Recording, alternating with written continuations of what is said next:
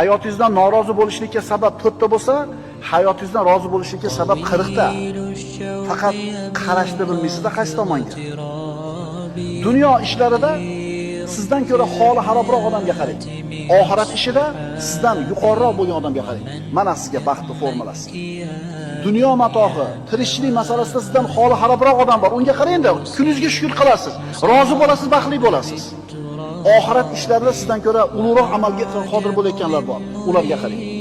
Bizda teskarisi bo'lib qolgan. Dunyo ishida bizdan balandga qaraymiz, o'zimizdan boyot badavlat odamlarga, oxirat ishida o'zimizdan xarob odamga qaraymizda, noroziligimiz bilan baxtsiz bo'lib turaveramiz. Maoshing ozmi? Ishsiz yurganlar bor. Uying tormi? Uysiz yurgan, ko'chada qolganlar bor.